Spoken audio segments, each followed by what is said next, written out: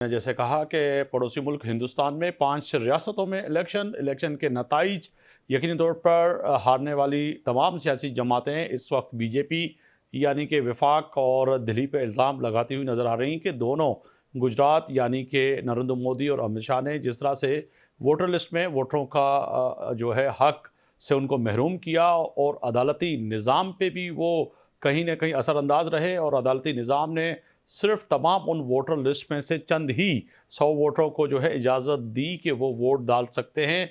तो कहा जाए कहीं ना कहीं ये मिली भगत यानी कि तमाम वो अमला जिसे इलेक्शन कमीशन कहते हैं और इसके साथ साथ तमाम वो पुलिस और जो है कह सकते हैं कि विफाक की जानिब से जिस तरह से इलेक्शन करवाए गए उससे जो है कहीं ना कहीं बीजेपी को फ़ायदा हासिल हुआ।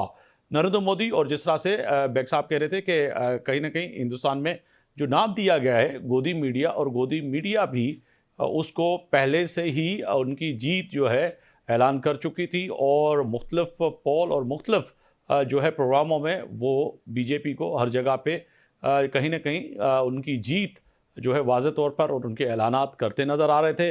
मगर बात की जाए ममता बनर्जी थी कि वो भी कई अरसे से जो है मगरबी बंगाल में जिस तरह से काम करती रहीं, उनको कई अरसे के बाद जो है काफ़ी अरसे के बाद जो है इलेक्शन में हारना पड़ा और बीजेपी वहाँ जीतती हुई नज़र आ रही है। इसी पे बात करेंगे नासिर बेग चुगताई साहब, अगर आप कहें कि जो है 5 रियासतों में इलेक्शन है और उसके नताइज जो है आपके सामने हैं कि जो है कहीं ना कहीं बीजेपी जो है जीतती हुई नज़र आ रही है, जो कि रिज़ल्ट आ चुके हैं, मगर जो इल्ज़ामात हैं ख़ासतौर पे मुसलमान वोटरों के वोटर लिस्ट से नाम गायब और उसके साथ साथ फिर दिल्ली यानी कि विफाक का असरअंदाज होना पूरे के पूरे इस इलेक्शन में।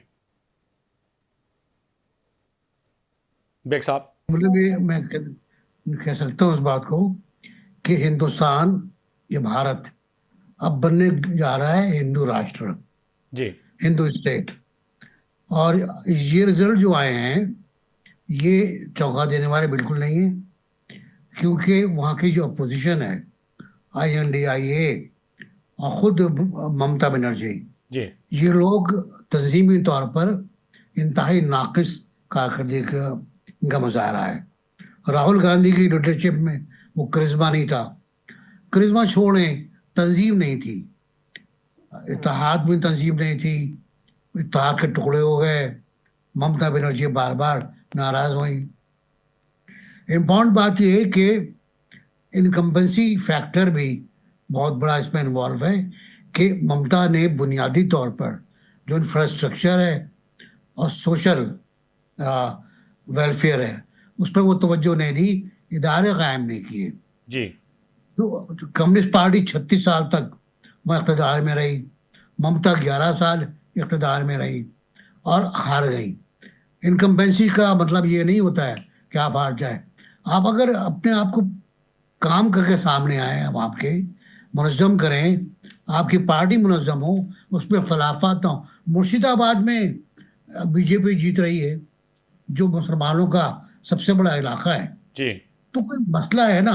बीजेपी एक बहुत मुनज़्ज़म जमात है, बहुत मुनज़्ज़म जमात। मैं इसको इस तरह कह सकता हूँ कि उसने हिंदुता को एक नजरे बना के पेश किया और हिंदुओं को कायल किया इस बात के ऊपर कि अगर हिंदू है तो बीजेपी में आ, और वो हो गया है।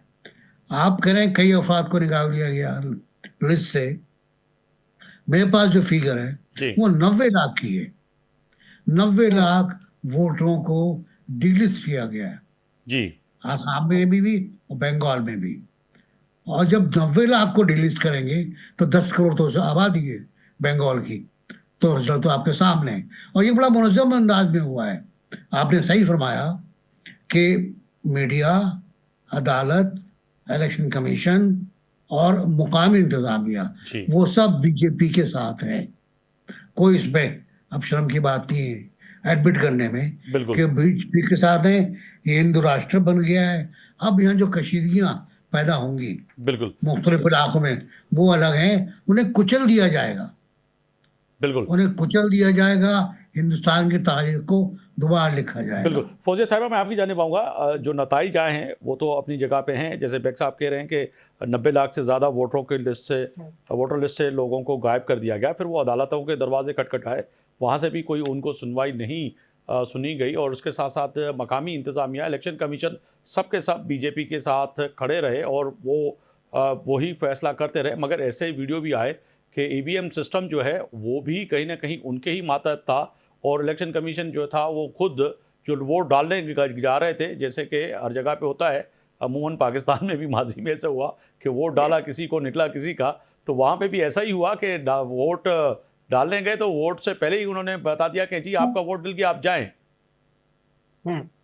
देखिए, ये आपने जो आखिरी बात शुरू की ना, इससे शुरू करती हूँ क्योंकि इसके ऊपर मैंने बहुत लिखा और बोला है। ये इलेक्ट्रॉनिक वोटिंग मशीन जो है, इसको हमारे पाकिस्तान में भी इस तरह पेश किया पाकिस्तान में जाता बहुत है हुआ कि है ये। जैसे जी जी बिल्कुल बेग साहब, आपको तो याद है हमने बहुत बहस की है इसके ऊपर कि यहाँ पर पाकिस्तान में तो उसको समझा जाता है कि अल्लाह मियाँ के बाद अगर कोई ट्रांसपेरेंसी ला सकता है ना, खुदा न खास्ता, तो वो सारे इलेक्टोरल वोटिंग मशीन है। सब भूल जाते हैं कि उसके ऊपर एक प्रोग्रामिंग का भी एक फैक्टर होता है और उस एक वो मशीन है और मशीन के साथ एक्सप्लॉयटेशन किसी तरह की भी हो सकती है। मगर जो बेग साहब ने बातें की मैं उनको बिल्कुल सेकंड करती हूँ। मेरे लिए ज्यादा इंपॉर्टेंट है, इलेक्शन कमीशन ऑफ इंडिया जो है उसकी एक रीजन में रेपुटेशन रही है कि वो ज्यादा स्ट्रांग है, इंडिपेंडेंट है, ऑटोनमस है। क्योंकि आप देखिए कि इंडिया में जब इलेक्शन होते हैं तो वो फेजेस 4-5 फेजेस में होते हैं। उसका इलेक्शन कंपाइल करना, आना, तो रिलेटिवली इस तरह के चैलेंजेस को वो से ऊपर उठते नजर आए। मगर इस दफा इनकम्बेंसी फैक्टर और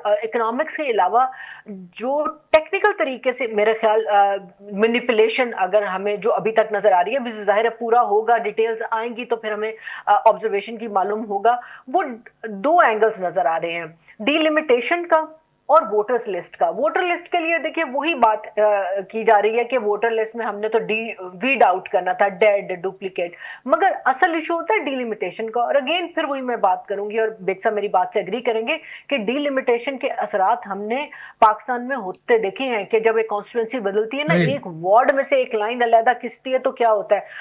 हैदराबाद या शुरू में से देखिए जब एमक्यूएम ने हैदराबाद के ऊपर चीखना शुरू किया या कराची में चीखना शुरू किया, तो ये दोनों चीजें बहुत बहुत इंपॉर्टेंट है। मगर इसके साथ एक तीसरी चीज भी है जिसका इशारा बेग साहब ने किया कि हिंदू राष्ट्र जो बन रहा है, इसमें सिक्योरिटी लेंस भी बड़ा इंपॉर्टेंट है। सिक्योरिटी लेंस सिर्फ ये इसलिए भी कि मुसलमानों को भी जो इस वक्त हालात बिगड़ रहे हैं उनको नजर आ रहा है कि अगर उनको अपने आप को जिंदा रखने का कोई ऑप्शन है उनके पास तो उनको इनके राइट साइड पे जाना होगा। दूसरी तरफ बांग्लादेश और इंडिया के ताल्लुकात अरसा दराज के बाद अब खराब हुए हैं। और आप ये बात ध्यान से में रखिए कि करीबन 4000 किलोमीटर का बॉर्डर है इंडिया और वेस्ट बंगाल में और बांग्लादेश और इंडिया के दरमियान में। तो वहां पर भी जो है ना, citizenship act, migration, illegal trade, ये बहुत बड़े फैक्टर्स हैं जिन्होंने उन्होंने कहा अगर इधर भी नहीं जा सकेंगे तो हमें कौन बचाएगा। ये पूरे माफियाज हैं वहां पर। अगर इसे आगे बढ़ के बात करें, सिर्फ ये मगरबी बंगाल का नहीं है, अगर केरला की बात करें, आसाम की बात करें, तो तमिलनाडु की बात करें, तो वहाँ पे भी जो है रिजल्ट बिल्कुल चेंज नजर आए। मगर इसके साथ साथ आगे बढ़कर जो आपने मगरबी बंगाल की बात की और बांग्लादेश के साथ साथ उनका ये भी नुक्ता नज़र था कि वहाँ से माइग्रेट किए हुए लोग जो हैं उनको जो है वोट का हक नहीं है, क्योंकि ये इंदिराज जो वोट किए गए थे वो गैर ज़रूरी थे। उसी बहाने को बना के ही उनको जो है वोटर लिस्ट से नाम निकाला गया। मगर आगे नताइज जो है, क्या अब इंतकामी कार्रवाइयाँ होंगी, जो कि वाज़ेह तौर पर बहुत से जय्यद जर्नलिस्ट जो हैं जो सोशल मीडिया पे आके बात कर रहे हैं कि नरेंद्र मोदी और अमित शाह जो वहाँ पे अब काम करेंगे, जो कि वो बड़ा खतरनाक साबित होगा कि इंतकामी कार्रवाइयाँ होंगी। देखिए, इंतकामी कार्रवाइयां हो या ना हो, जब इनकम्बेंसी फैक्टर निकलता है और दूसरी चीजें आती हैं तो दोनों तरफ कुछ फायदे भी होंगे, नुकसान भी होंगे। गेहूं के साथ घुन भी पिसा जाएगा। तो जहां कुछ लोगों को प्रोटेक्शन मिलेगी, मे बी जो उनकी फेडरल या नेशनल लेवल की जो वेलफेयर स्कीम्स हैं उनको वो खींच के उधर लाएंगे, क्योंकि अपने वोट को स्ट्रेंथन करना भी जरूरी है ना। अभी तो ले लिया, मगर इससे ज्यादा सूरत हाल ये कि हमने ये भी देखा है इससे पहले भी मोदी साहब के इलेक्शन के, जब इलेक्शन शुरू होता है ना तो इंडिया में चूंकि वो फेज्ड होता है तो उसको कहते हैं वेव्स की तरह आ रहा है। और सैफरॉन वेव हमने देखी। अब मोदी साहब के ऊपर भी अभी प्रेशर है कि क्या वो खुद इलेक्शन लड़ पाएंगे कि नहीं, क्योंकि उन्होंने बीजेपी का कानून तो खुद बदला ना अपनी पार्टी का, कि 75 के बाद आप नहीं लड़ सकते, तो वो एज बार है। मगर एज बार अगर वो हो रहे हैं तो फिर कोई सैफरॉन वेव तो चाहिए, वो पहली वेव उन्होंने एस्टैब्लिश कर दी है। मेरे ख्याल में ये बड़ा इंपॉर्टेंट है। मगर इलेक्शन कमीशन का साहब आपका रोल रुख नजर क्या है कि क्या अब इंतखाबात के बाद अगर देखा जाए कि जो मगरबी बंगाल समेत जो दीगर जगह पे जो रिजल्ट आए हैं वो मानने से इनकारी हैं लोग, मगर क्या आगे जाके इंतखाबी कार्रवाइयाँ होती हैं तो मजीद इन रियासतों में झगड़े फूट पड़ेंगे या फिर विफाक और वर्सेस रियासत के बीच में एक बड़ा खला पैदा होगा? बेग साहब, मैंने कौन सी रियासतें सिवाय तमिलनाडु के, कौन सी रियासत अब बीजेपी के काबू से बाहर है? जी सब पर बीजेपी का कंट्रोल है, कोई भी दिल्ली पर कंट्रोल है बिल्कुल उनका। एग्जैक्टली। आप पार्टी को तोड़ दिया उन्होंने, जी 7 सेनेटर उठा के ले गए उनके, प्रीति जिंटा का शौहर समेत सब लोग शामिल हो गए हाँ, बीजेपी में। वो बिल्कुल। क्लैश किसका होगा, किससे क्लैश होगा? क्लैश विद इन बीजेपी हो सकता है। फौजिया साहिबा ने बहुत सी अंदाजे में बता दिया है कि 75 प्लस का मसला आएगा जी वहां पर। लेकिन मेरा अपना ख्याल ये है कि बीजेपी को ट्रिब्यूट पेश करें कि उसने अपनी तंजीम इतनी स्ट्रांग बनाई, इतनी स्ट्रांग बनाई कि वो ग्रास रूट तक चले गए।